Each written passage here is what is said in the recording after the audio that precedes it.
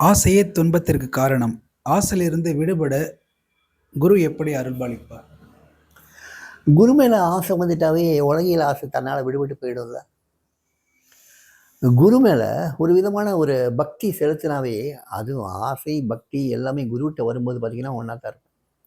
கிருஷ்ணன் மேலே எவ்வளவுக்கு எவ்வளவு மீரா பக்தி செலுத்தினாலோ, ஆசை கொண்டாலோ, எவ்வளவுக்கு எவ்வளவு ராதா ஆசை கொண்டாலோ, பக்தி செலுத்தினாலோ, அவ்வளோக்கு அவ்வளோ அந்த உலக வாழ்க்கை வந்து அவனை விட்டு விலகி போயிடுச்சுல்ல.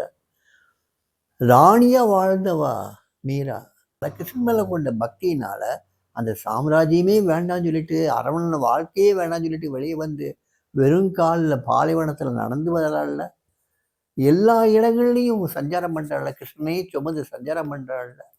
கடைசியில துவாரகளை போய் அவ வந்து அடங்குறாள்ல.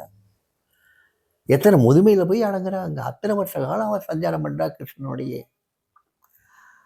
ஏன்னா அந்த ஒரு பக்தியினால, அந்த ஒரு ஆசையினால. ஸோ எவ்வளவுக்கு அவ்வளவு ஞானிகள் மேலே உங்களுக்கு ஆசை வருதோ, அவ்வளவுக்கு அவ்வளவு உங்களுக்கு உலகில் ஆசை இல்லாமல் போயிடும்.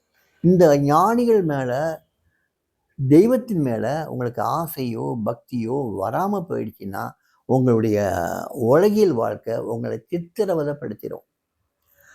உலகில் ஆசைகளும் உலகில் வாழ்க்கையும் உங்களை சித்திரவதைப்படுத்திடும். உங்களை மறுபடியும் மறுபடியும் பிறக்க வச்சு உங்களை மறுபடியும் மறுபடியும் துன்புறுத்திக்கிட்டே தான் இருக்கும்.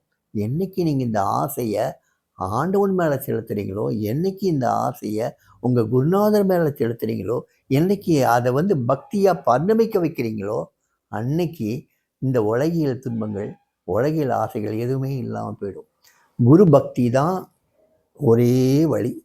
இதுதான் உங்கள் உலகியல் வாழ்க்கை மேலே உள்ள மோகத்திலிருந்து உங்களை விடுபட வைக்கும்.